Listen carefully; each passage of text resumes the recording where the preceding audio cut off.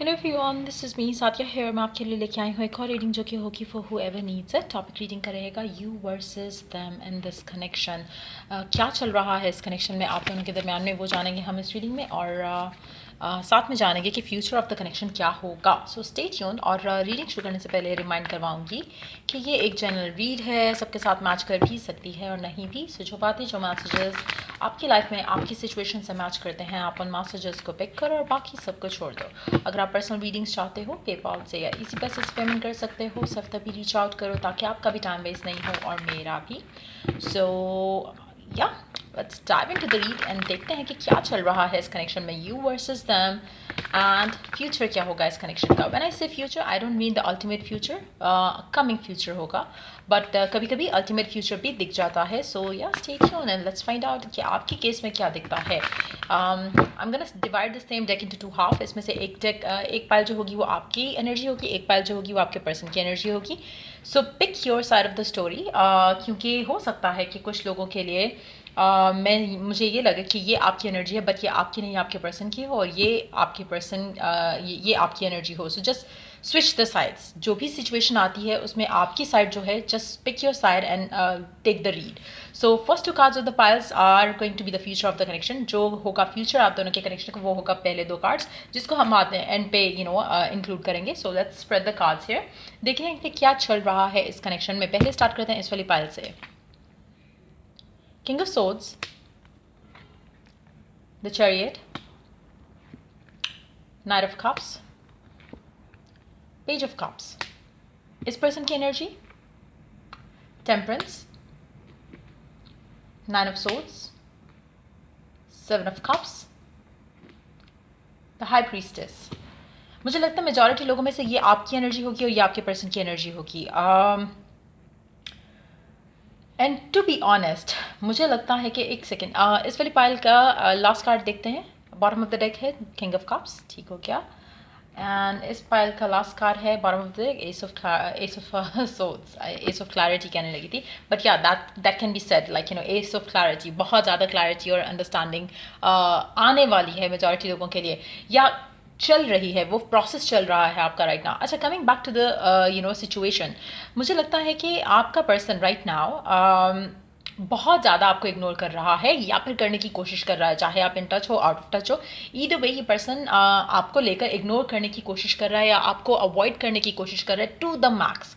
जितना मैक्सिमम ये पर्सन आपके साथ रूड हो सकता है, रिजिड हो सकता है, वो अपनी तरफ से पूरी कोशिश कर रहा है कि वो आपको इग्नोर करे, पुश अवे करे। वो जितना मैक्सिमम आप ट्राई कर सकते हो वो पर्सन कर रहा होगा। आपको लग रहा होगा कि व्हाट हैपेंड टू देम, एक सडन चेंज, और वो भी इतना एक्स्ट्रा ऑर्डिनरी, रिजिड हो जाना, रूड हो जाना, बात ना करना, रिप्लाई ना करना, रिस्पॉन्ड ना करना। सो मुझे लगता है कि करंटली आपका पर्सन ये सब कर रहा है पर्पसली, क्योंकि इस इंसान के दिल में जो आपकी फीलिंग्स हैं वो डेवलप ज़्यादा हो रही हैं, जिसको वो टॉलरेट नहीं कर पा रहा, जिसको लेकर वो थोड़ा ज़्यादा परेशान हो रहा है कि ये कैसे हो सकता है कि मैं इस इंसान के लिए इतना ज़्यादा फील कर रहा हूँ। मुझे नहीं पता वो ऐसा क्यों सोच रहा है कि इस इंसान के लिए। हो सकता है कि उसको आपके पास्ट अफेयर्स के बारे में पता हो सकता है कि उसने कभी भी आपको उस नज़र से ना देखा हो कि वो आपसे शादी करना चाहेगा इन फ्यूचर, लेकिन आपका पर्सन आपको लेकर यही सोच रहा है। टू बी ऑनेस्ट, लाइक उसको लग रहा है कि मैं इस इंसान के साथ इतना अटैच क्यों हो रहा हूँ, why this person. Deep down उसकी जो फीलिंग्स हैं वो इतनी स्ट्रांग हो रही हैं कि उसको समझ नहीं आ रहा कि what do I need to do. So हो क्या रहा है कि आपका person is being pushed towards you by the help of divine. अब आप में से हो सकता है काफ़ी सारे लोग दुआ कर रहे हो सकता है काफ़ी सारे लोग सरेंडर कर चुके हों, हो सकता है कि काफ़ी सारे लोग फेथ रख रहे हों कि अल्टीमेटली आप दोनों एक दूसरे के साथ आओगे। हो सकता है वो सब मैनिफेस्ट हो रहा है। हो सकता है कि आप में से कुछ लोग ऐसे हों कि वो सेपरेट हो चुके हों, डिटैच कर चुके हों और चाह रहे हो कि पर्सन ही एफर्ट करे, अब मैं और एफर्ट नहीं करूँगा।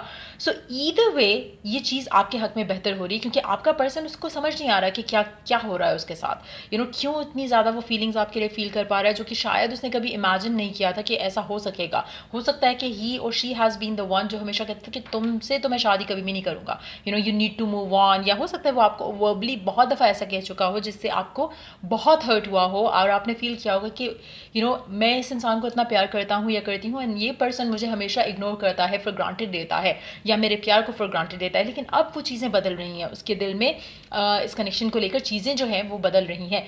इवन दो इसने अभी भी वो अपना मास्क ओढ़ा हुआ है जहाँ पे वो आपको इग्नोर कर रहा है, लेकिन इसको समझ नहीं आ रहा कि ये क्या हो रहा है उसके साथ। जितना वो इग्नोर कर रहा है उतना उसकी फीलिंग्स जो हैं वो और स्ट्रांग हुई जा रही हैं, उतना उसके लिए ओवरवेलमिंग हो रहा है ये कंट्रोल कर पाना।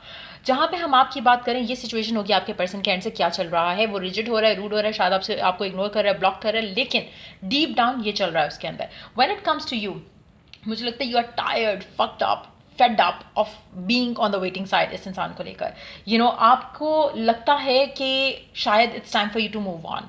आप इस कनेक्शन को लेकर जितना पहले पॉजिटिव थे, जितना पहले आपको लगता था कि नहीं दिस इज़ द वन, उतना ही आप थोड़ा डिसहार्ट हो रहे हो, उतना ही ज़्यादा आपको लग रहा है कि कब, when is it going to happen.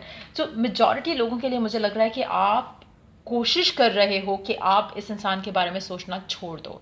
You are trying to connect yourself to the divine और चाह रहे हो कि आप उसको सरेंडर कर दो। मेजॉरिटी लोगों के लिए मुझे लग रहा है कि आपकी बातचीत नहीं हो रही है मेजॉरिटी लोगों के लिए, और कहीं ना कहीं अब आप भी शायद थोड़ा फेडअप हो के आपने कोशिश करना छोड़ दी है या छोड़ रहे हो, और आने वाले टाइम में मुझे लगता है कंप्लीटली ख़त्म कर दोगे, क्योंकि आपका faith on the divine is going to get stronger. आपका फेथ अपने गॉड पे, अपने रब पे ज़्यादा स्ट्रांग होगा, अपने प्यार पे ज़्यादा स्ट्रांग होगा, इस चीज़ पे ज़्यादा स्ट्रांग होगा कि आप तो डिजर्विंग हो कुछ बहुत ही प्यारे कनेक्शन के। तो ये क्या चल रहा है आपके साथ? So you are going to feel like no, I really don't want to go there. मुझे वो सब नहीं करना जहाँ पे मुझे फॉर ग्रांटेड लिया जाता हो, या मैं बेग करूँ या चेज करूँ। तो मुझे लग रहा है कि वो अंडरस्टैंडिंग कहीं ना कहीं आ रही है कि maybe you have been doing things wrong, और ओवर डू कर रहे थे शायद आप कुछ ना कुछ, और अब आपको लग रहा है कि नहीं it's time for you to be on the receiving end. और मुझे लग रहा है कि काफ़ी हद तक you are going to connect to the divine, जिसके ऊपर आपका यकीन है, चाहे रब है, मतलब जो भी आपका गॉड है जिसको आप मानते हो। सो वो चीज़ अब आपके अंदर आ रही है, लेकिन जैसे ही आप वो सब करते हो तो आपको कहीं ना कहीं ख्वाब में ये पर्सन आने लग जाता है, और मुझे लग रहा है कि आने वाले टाइम में स्ट्रांग होगा। जहाँ पे आप अपनी एक्सपेक्टेशंस कट डाउन की हैं इस इंसान के साथ, और आप सोचते कि I surrender to the divine, ये पर्सन पहले आपको ख्वाब में आएगा, क्योंकि ये रिजिड हो रहा है ना, अभी मास्क पहना हुआ है इस तरह।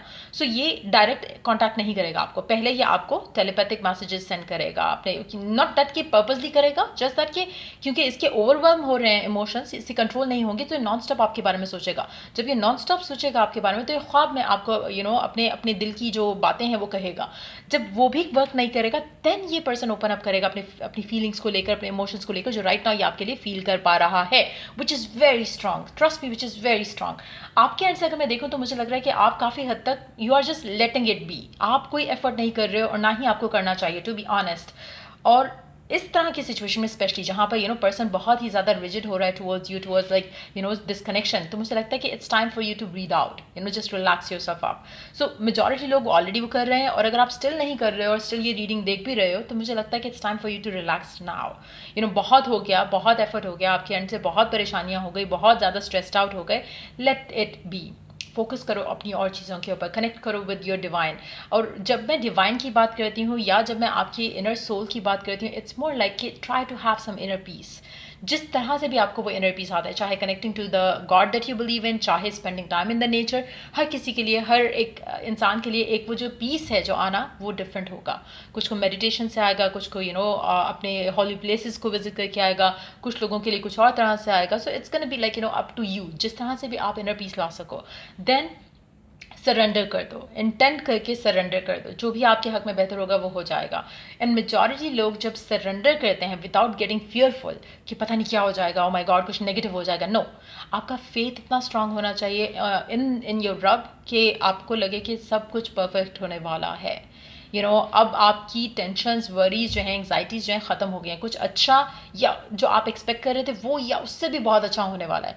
जब आप ये बिलीव रखना शुरू कर दोगे, तो यू विल सी कि अगर आपकी एक अपॉर्चुनिटी मिस भी हुई है, तो you would not feel like stuck, आपको लगेगा कि बेटर अपॉर्चुनिटी आ रही है। So you gonna take life like that, और तब आप अबंडेंस की तरफ चलना शुरू हो जाते हो। So right now coming back to the connections energy, मुझे लगता है कि आपकी सिचुएशन काफ़ी हद तक पॉजिटिव हो रही है दैट वे।